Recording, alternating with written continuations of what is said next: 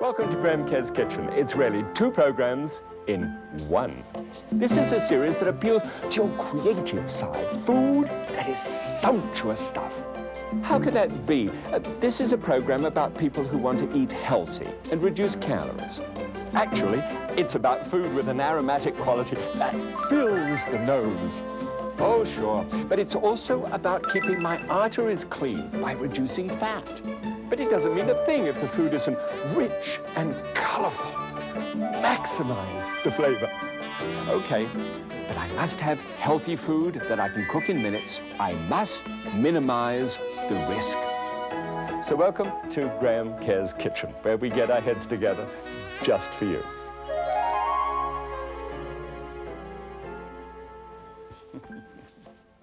Well, it had to happen. We had to get around to chocolate sooner or later. So I'm going to show you the absolute simplest little technique around how to make a chocolate sauce, all right? Well, it's cocoa sauce, actually, but we won't quibble about that one. And then I'll build something a little bit bigger for you, waffles and all that kind of stuff. That's what we try and do every time to minimize risks and then maximize the flavor, and then you don't lose so much. You know, when the doc sort of puts something across the table and says, you can't eat that anymore, cut all that out, and you just walk away from him saying the guy doesn't know how to live, you know. Well, here, chocolate. Now, chocolate is something that if I was to honestly tell you that there was something still in my life which needed to be dealt with, apart from just the whole of me, I would have to tell you that it would be chocolate. Now, chocolate is comprised of two parts. First one is cocoa, is the cocoa bean, and the second one is the cocoa butter. And that's what makes up chocolate. So we take that as being pure fat, and that's the cocoa butter.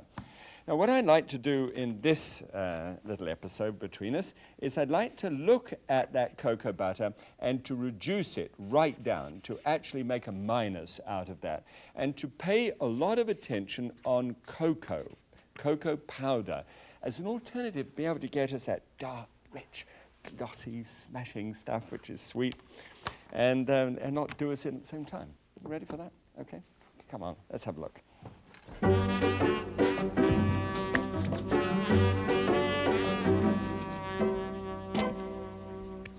Actually, the sauce is really easy, and it's what I call the 1, 2, 3, 4, 5 sauce. And it's about the easiest thing that you'll ever remember, hopefully. Okay, here it goes.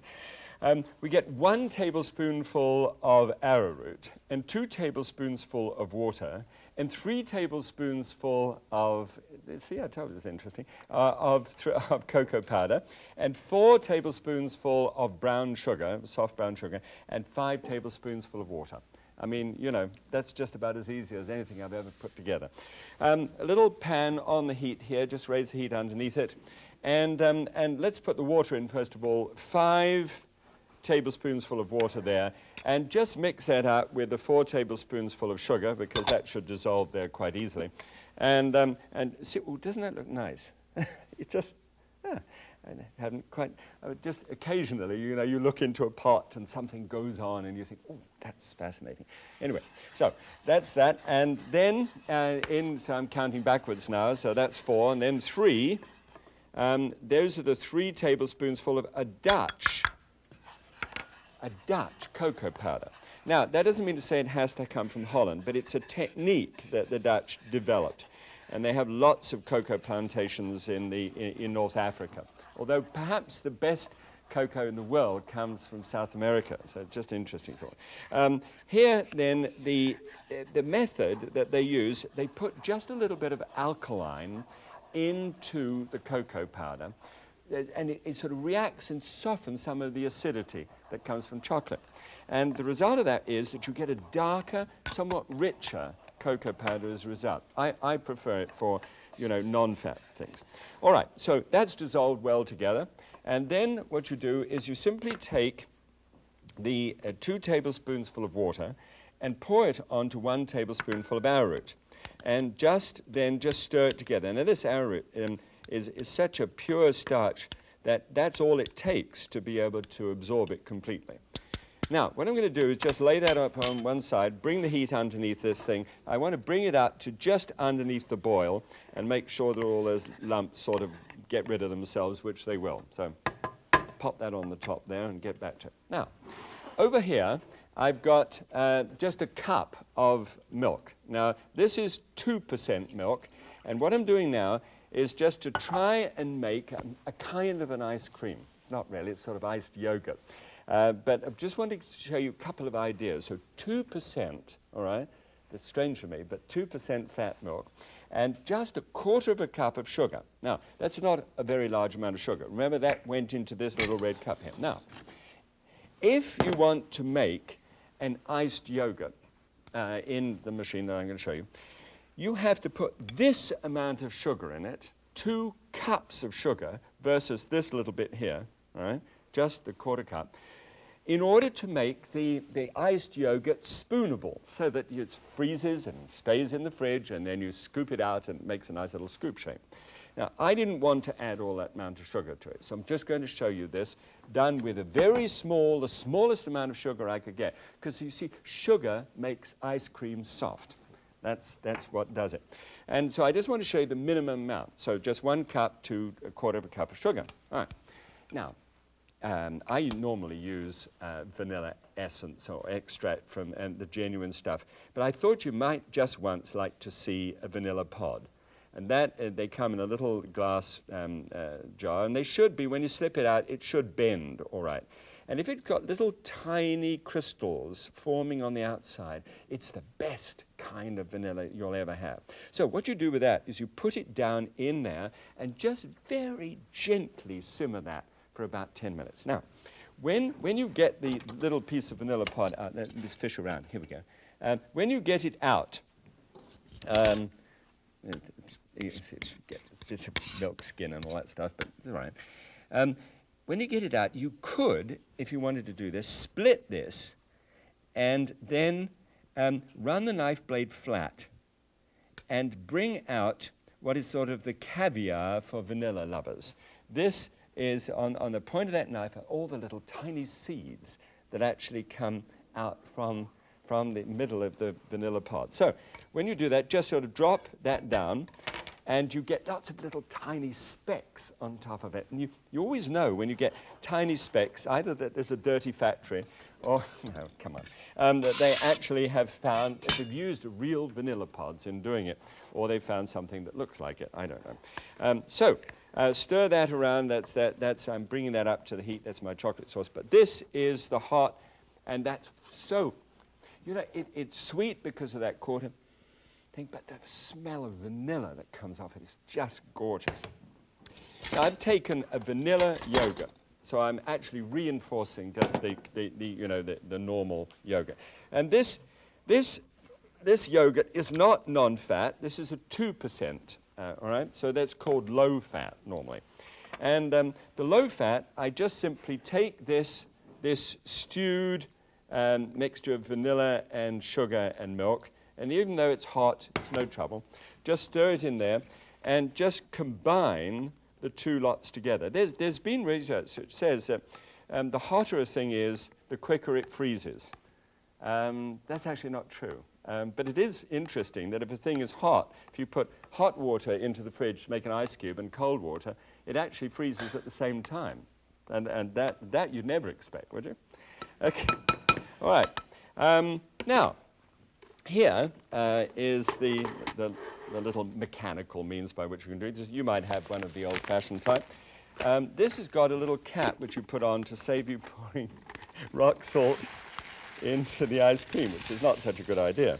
You see how it went over to the top of that lid, and if I hadn't put the lid on, that might have gone in, and I would have had a somewhat salty ice cream.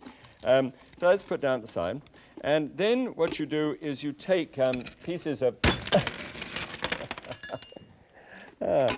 ice and put it all the way around the outside. Pack it down in layers, you see. So you've got a layer of ice and then a layer of salt. And it's got to come right up to the very top. When it comes up to the top, you can then pour in your mix. And that's all it is. Slightly sweetened, low-fat yogurt with extra reinforcement of vanilla. Good stuff. They make 10 actual 4-ounce portions of ice cream that way. Now, you get this little paddle wheel which sits in there, and it's a sort of aluminum can, or aluminium if you're watching the other side of the tank. And then on top goes a little cap once again, and on top of that goes a little thing like this. All right, that fits on perfectly, and that fits there. Ooh, and good, this is boiling now, so I put that one to one side. And then you simply put this up onto the machine like so, and put it on to about 4 there, depending upon what machine you've got, and start it running. Yeah? And then you can walk away, and about 15 minutes later, it's just fine. Now, you can take it out and put it in the fridge. Now, this is the thing that I wanted to explain to you. You can get it straight out of the machine, which is fine. It's kind of like a soft one. Or, here's 2 types. Now, it's exactly the same mixture, but here's one that I had to put in earlier. Now, this is solid frozen, but you see how it flakes? Huh? That is because it doesn't have enough sugar to make it spoon and hold together properly. Needed the 2 cups. But this one here, this one spoons beautifully. This was made about 2-3 hours ago. And so if you're going to serve it, make it just about 2-3 hours, shove it in the fridge, and it comes out so nicely, and you don't have to have all of that remarkable amount of sugar in it. Good thing. All right, so here is the hot sauce. And here is the pre-mixed arrowroot that we did. Right? And now just pour that arrowroot into that hot sauce there and give it a stir around. Bring it back onto the heat and just bring it up on temperature so that it becomes a lovely glossy sauce. And just bring that up a bit, it'll be fine. Okay, now, some little cherries. Do you like cherries? I love, a frozen black cherry at this time of year. Of course, you can't get them fresh, but say put a couple in the bottom like so, and then just get a couple of scoops. I've allowed in this recipe for this to put 4 ounces of this together for you. There we are. Ooh. 4 ounces and a couple of cherries on the outside. Good. And here is then the thick, glossy chocolate sauce here. Just stir it together so as to get it stirs just a moment, and then it becomes completely glossy. Do you see how glossy that comes? And then pour it. I mean, do you like this? Do you like on a hot day to just drizzle a little bit of hot chocolate fudge sauce over the top of cold ice cream? Well, so do I. Let's compare it and see how it reacts to the... Oh, you keep doing your thing. All right. There. Looks okay, doesn't it? Yeah, turn it around like that. All right. Now, here's the... I really want to try and do without the cocoa butter, which I've done, and we'll have to see what it tastes like in a moment, of course. But here it is. The classic has 744 calories in it. Yes! Wow, I hear you say. But this one halves it down to 341. And fat was 38, and this goes down to only 4 total grams of fat.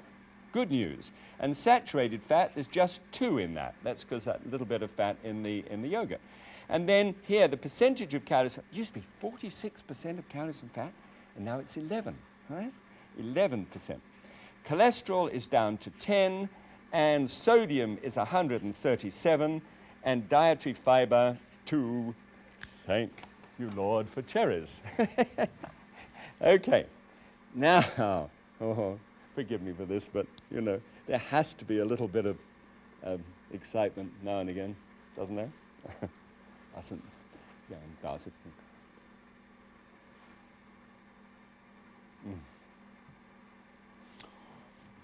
Wow.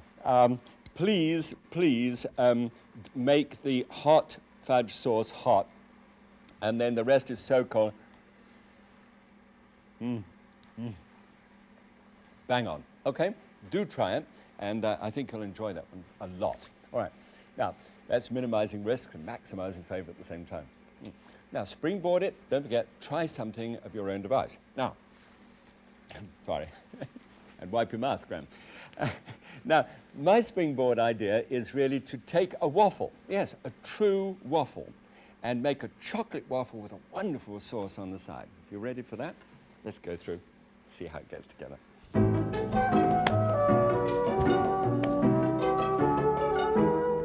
Thing I really must make quite sure that you understand before I do anything else is if you have 4 ounces or half a cup of ice cream, you know, whatever, like that stuff that we've just made here, then that's about 300 calories just for that side.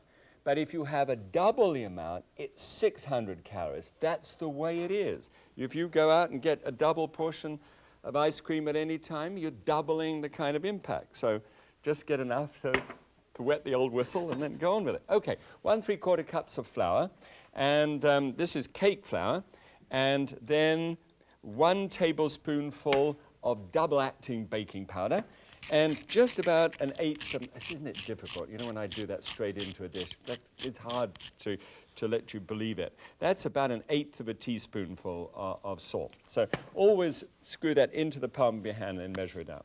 And then 3 tablespoons full of sugar, of a fine sugar, right? And half a cup of the Dutch, or Dutched, as it's sometimes called, cocoa powder. All right, good. Now, this, you can double sift it if you like, but it takes time. So just whip it up together. It takes just a few seconds. Liberally all over the stove, and there it is, ready to have a go. So those are the dry ingredients. So you can put the dry ingredients up on one side. Now the wet ingredients. There's always wet and dry with batter.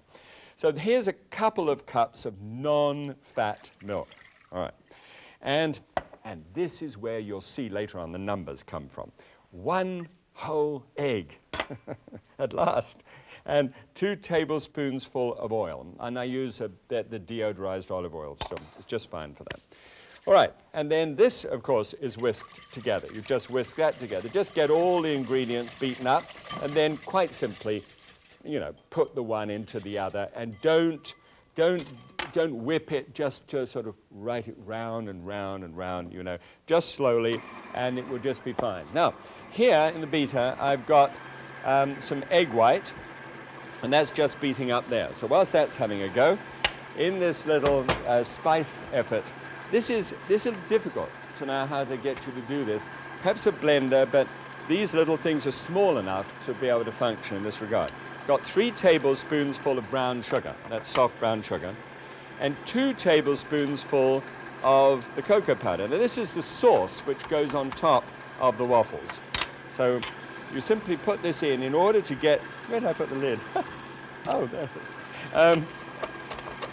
You simply put, you do this so as to be able to get the sugar, which is so granular, and you sort of whip it around in here, and it throws itself around in this tiny little space and powders almost as fine as the cocoa powder is. So it just comes up.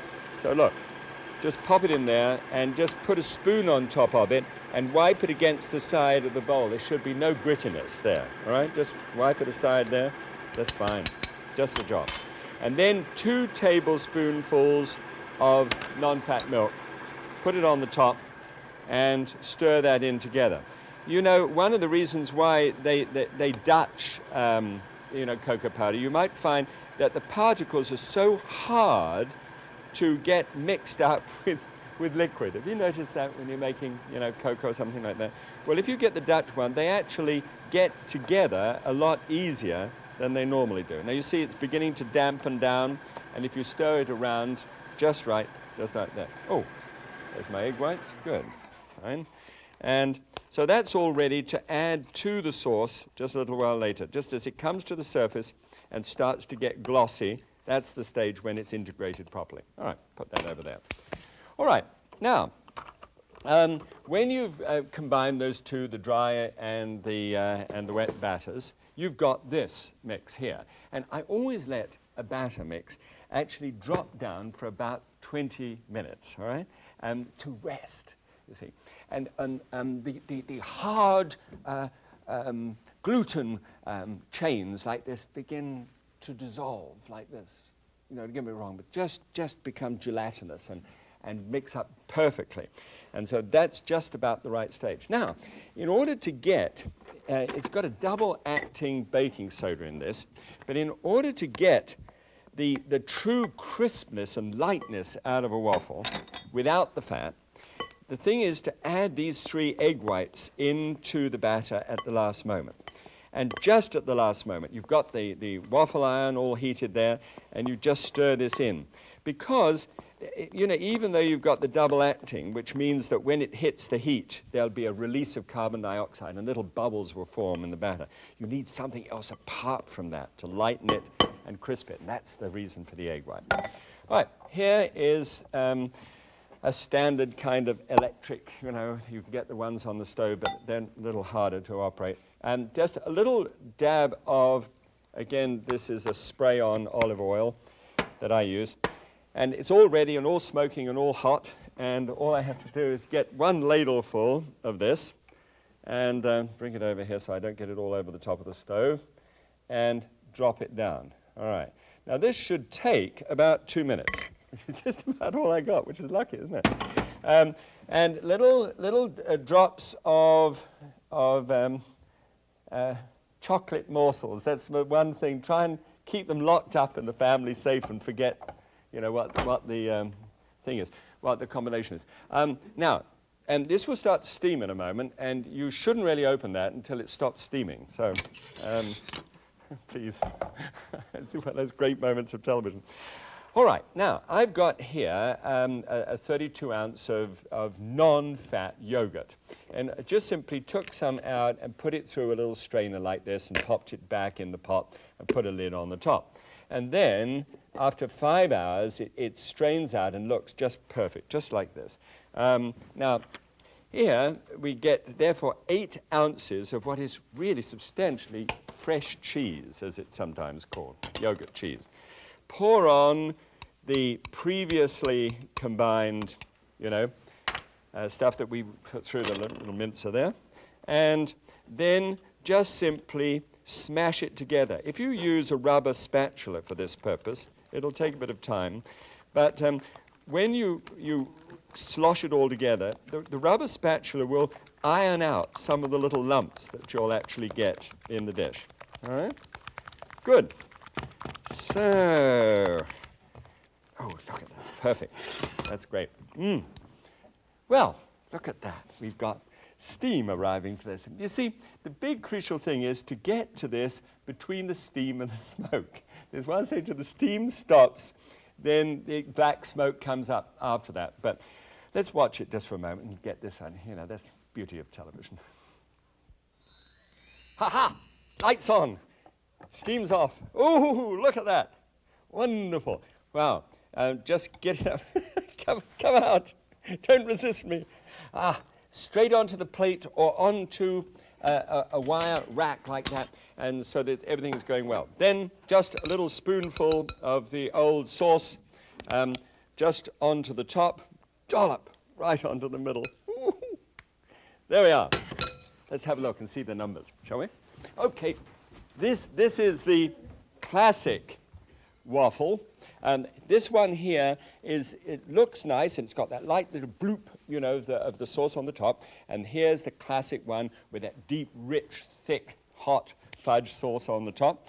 And this is what the two look like.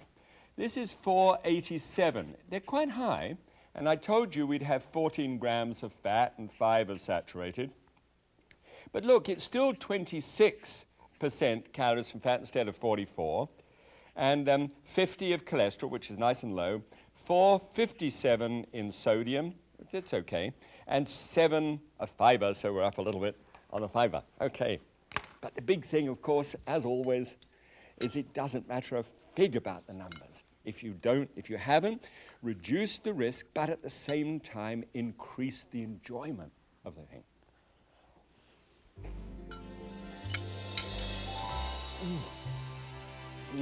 Isn't it nice to have a waffle? It's so much sort of family and all that stuff, especially when you're not putting them at so much risk. Thank you so much for being with me. Do try this sort of thing, won't you? Okay. God bless. And see you next time. All right. Look forward to that. Right.